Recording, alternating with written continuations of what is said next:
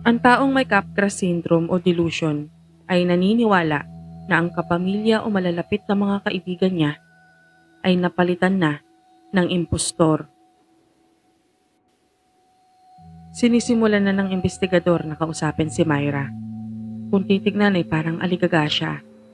Pero hindi talaga siya natatakot sa malaking lalaking kaharap niya. Bagkus ay nag-aalala siya para sa kalagayan ng anak. Tango lang siya ng tango habang binabasahan siya ng Miranda rights. Gusto niyang matapos na eh. Gusto niya nang makasama ang anak at masigurong hindi ito natulad sa asawa. Tama na, okay? Tama na. Oo, ako ang pumatay sa taong yun. Yung taong yun na nagpapanggap na asawa ko. Pero sinisiguro ko sa inyo hindi siya talaga ang asawa ko.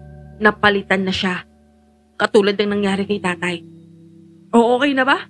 Ngayon, pwede na bang hanapin na natin ang anak ko? Galit na sabi ni Myra.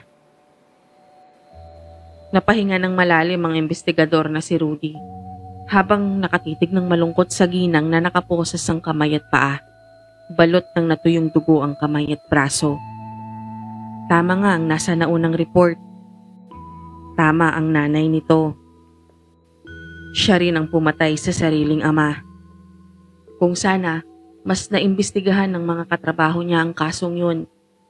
Baka naagapan pa si Myra. Buhay pa sana ang asawa niya. May pundasyon pa sanang sasandigan at kakapitan ng anak nila. Sa oras na ipasok na sa mental facility, si Myra